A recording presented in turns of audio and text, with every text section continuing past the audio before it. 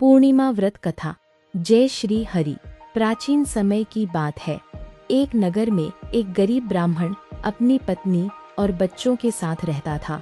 वह अत्यंत धार्मिक, सत्यवादी और ईश्वर का भक्त था, लेकिन उसकी आर्थिक स्थिति बहुत कमजोर थी। कई बार ऐसा होता कि परिवार को 2 समय का भोजन भी नसीब नहीं होता। फिर भी ब्राह्मण दंपति ने कभी भगवान का स्मरण करना नहीं छोड़ा। एक दिन उनके घर एक संत महात्मा पधारे।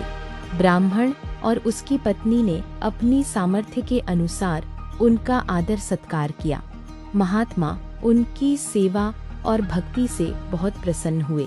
उन्होंने कहा, वत्स, यदि तुम प्रत्येक पूर्णिमा के दिन भगवान विष्णु और लक्ष्मी का विधि विधान से व्रत और पूजन करोगे, कथा सुनोगे, दीपदान करोगे तथा अपनी क्षमता के अनुसार दान करोगे, तो तुम्हारे जीवन के सभी दुख दूर हो जाएंगे और घर में सुख समृद्धि का वास होगा।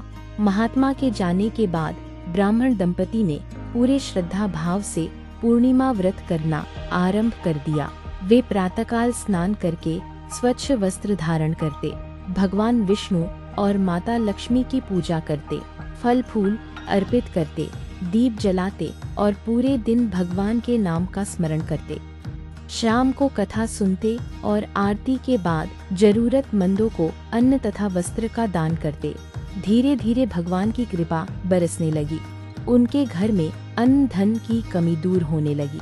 परिवार में सुख, शांति और आनंद का वातावरण बन गया। उनकी ख्याति दूर दूर तक फैल गई कि भगवान अपने सच्चे भक्तों की अवश्य सुनते हैं।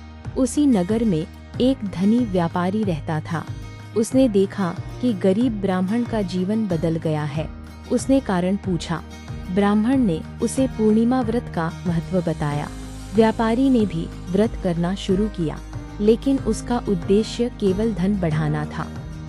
उसने न श्रद्धा रखी, न किया और न ही भगवान के प्रति सच्ची भक्ति दिखाई। इसलिए उसे कोई विशेष फल प्राप्त नहीं हुआ। कुछ समय बाद व्यापारी को अपनी भूल का एहसास हुआ। उसने मन से पश्चाताप किया और अगले पूर्णिमा व्रत पर पूरे विश्वास और श्रद्धा के साथ भगवान विष्णु और माता लक्ष्मी की पूजा की, गरीबों को भोजन कराया, दान दिया और सच्चे मन से भगवान का स्मरण किया। भगवान उसकी भक्ति से प्रसन्न हुए और उसके जीवन में भी सुख, शांति और समृद्धि का संचार हुआ।